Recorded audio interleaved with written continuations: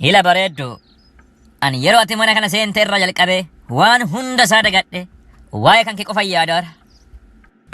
Thank you. Garuu manni keessan hir'ina baay'ee qaba. Rakkoo tokko qabu. Maalidha inni hir'ina ta'ee sitti bulate kun? Natti himi. Ani nan bita. Natti himi. Ani nan guuta. TV guddaa bituu qabda. Kan biraa hoo? Kan biraa ammoo rifeensa mataa keetti margisiifachuu qabda. Rakkoon qabu.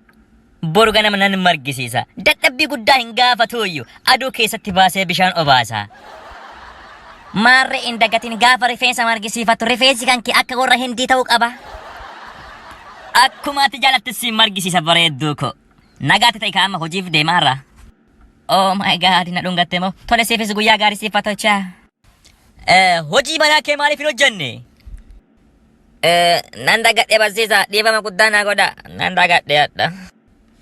Haa ta'u yeroo biraa hin dagatini jabaadhuuti hojii manaa kan kee hojjedhu. Hojii manaa kan kee hin dagatini. Abbaa keetis naquu achiisi jedhe abbaan kan kee cimaadha.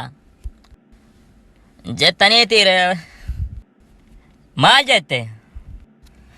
Lakkaa'umaan jenne tole jedhe barsiisa.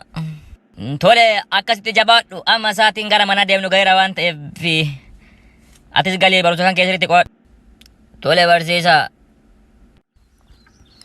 Galtee ilma koo kootu taa'ime hara galfadhu. Eeyyuu harme garuu ganama abbaa kootti baay'ee aareera. Maaliif itti aarte abbaa keetti? Abbaan kee maal balleesse? Armaan dura yeroo mana barumsaa deemu na dhungata ture. Kaleessa garuu na dhungachuu dide harme.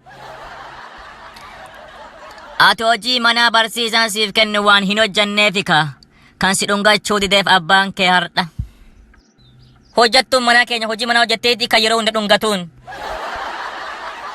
Maal? Hin dhungateeni?